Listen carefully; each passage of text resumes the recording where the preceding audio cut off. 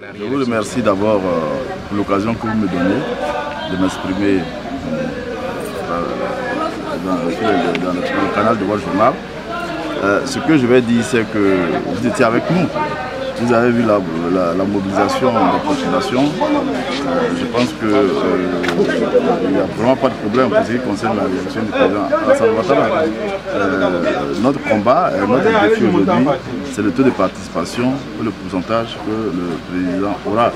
Nous sommes tous d'accord qu'en face, il n'y a rien. En face, il n'y a rien. Quand vous regardez le bilan des 4 années du président de la République par rapport à des individus dont je ne citerai pas les noms, qui n'ont jamais rien réussi durant tous les parcours, il n'y a pas de match. Donc le message que nous faisons passer à nos populations, c'est de ne pas dire on a déjà gagné et puis on reste à la maison.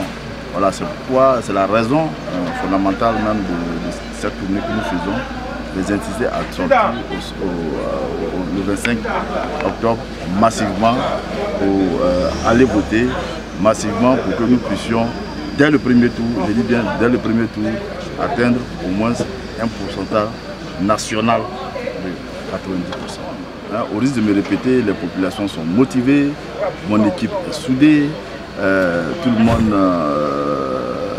monde, je veux dire, la motivation se voit un peu partout.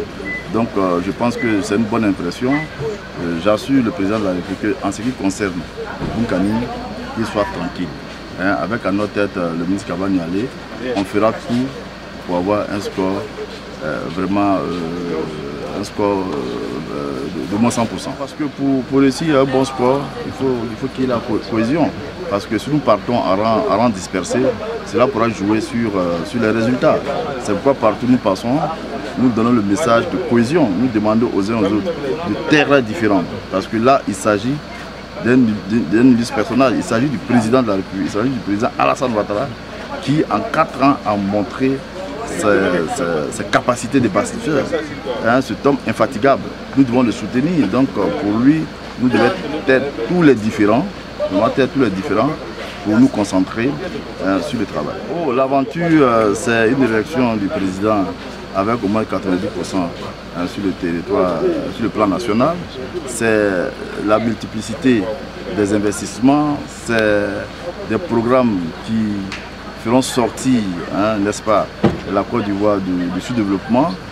C'est des programmes sociaux qui vont permettre à chaque Ivoirien d'avoir son pain. C'est l'éducation, c'est la santé. Je pense qu'on a un bel avenir avec le président Alassane Ouattara.